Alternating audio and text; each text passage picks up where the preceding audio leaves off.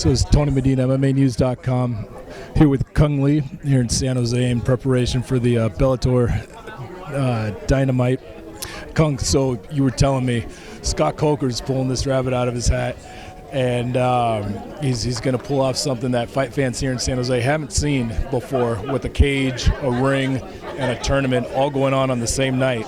Tell me what your thoughts are on that, and how you think the fighters are going to fare, and how the fans are going to take it. Well, first of all, only Scott Coker can pull this off. I mean, he's been around. He's done K1. He's done so many different fights, from kickboxing all the way up to mixed martial arts, and he's gone to Japan, and he just knows the sport really well. And I think by him bringing it the best Muay Thai fighters, the best MMA fighters, and putting it all under one roof and a tournament style, it's just taking entertainment, combat sports to another level. And now, it's been said that you want to get out of your UFC contract. You want to retire here in San Jose in front of your fans, and it looks like it's going to be hopefully under the Bellator umbrella. Can you tell me a little bit about that and how that's going, and what it would mean to you to retire here in San Jose in front of your fans?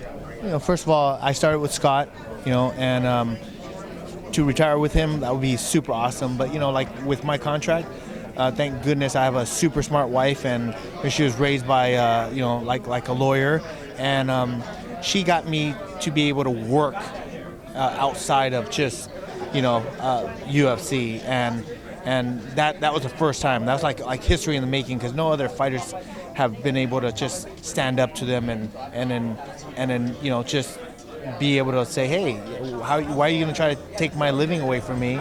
And then she found some ways of just wording, how they should, let me work for other people, because I'm not fighting, but I think my fights, I have 2 fights left, which should be already eliminated. I accepted many fights that didn't go through because I had to go to China for them. I had to do a lot of different things for them. So usually I accepted the fights, and so that should be, the clock should be running, and they whatever way they lock you and bind you into their contract. It's just it's like how much you want to spend to get out of it, right? And it is what it is, and it sucks, but hopefully one day things will change, and hopefully it's soon. But if it's not, then at least I know I gave the fans good fights, especially in Strikeforce against Frank Shamrock and Scott Smith, and then especially I went to UFC and got a chance to compete over there against like Rich Franklin and Patrick Cote and Vanderlei Silva. So I feel blessed to be part of the sports, be able to fight on great platforms, and hopefully it all works out for the fighters, because without the fighters, there's no fight league, there's no fight promotions, there's no UFC. So talking about the fighters, and kind of it sounds like you're saying about kind of unifying fighters. What are your thoughts on a fighters union? I think there should be a fighters union, someone to stand up for the fighters, and not where the fight, because a lot of fighters, they're going to be nervous about standing up to their boss, and thank you, and getting fired or getting cut, so there needs to be a union, so those people can stand up for them. Right.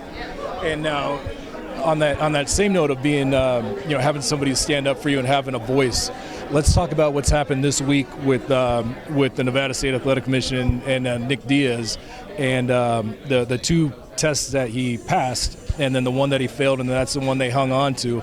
I know you had a similar situation where you were eventually vindicated and shown or proven to be innocent. What are your thoughts on just them being the ones that dish out they make the rules and they dish out the punishment, and then they're the ones that decide whether or not they're going to listen to an appeals process. What should be changed, and how do you protect fighters in situations like that? First of all, the Nick Diaz situation is BS. I think it's also UFC has a lot to do in this whole thing. With my incident, they were the judge, and jury and executioner. Right. But in the end, look what happened. I came out on top because I stuck to my guns, and I wasn't going to be bullied by, my former employer. Yeah. And then, it's what I believed in, and I wasn't going to, just bow down because I can make a living in other ways, and I didn't just depend on fighting. I did it because I loved it, and also it paid very well for me. But I'm not going to let them do that to me, and I think by me standing up, other fighters realize, hey, Cung did it, and then he was able to fight and win, and I think that opened a lot of fighters' eyes, and I'm so happy that I'm part of the this civil suit against him, and I'm doing it for the fighters. In the end, it's not like whoever's on the suit's going to make something. We're all doing it because, what if one day my kids wants to fight? I don't want them to be stuck in the same BS that that's going on, because it's straight BS. Right. You have one fighter where he gets busted for cocaine, and he gets a slap on the wrist, and then while Nick Diaz is smoking pot and he gets 5 years and a suspension, there's more than just Nevada that's involved in this, I think. All right, Just Cung. saying. And last question real quick. You got fans bringing you your action figures, you got pictures of you. Does that make you feel awesome, or how does that make you feel, getting the love from the fans here? I love the fans, and the fans are the reason why we're here, and the fighters are the reason why the fight leagues are in business. And so take care of the fighters, all right? Take care of the fighters. All right, Cung. Thank you very much. All right. See you.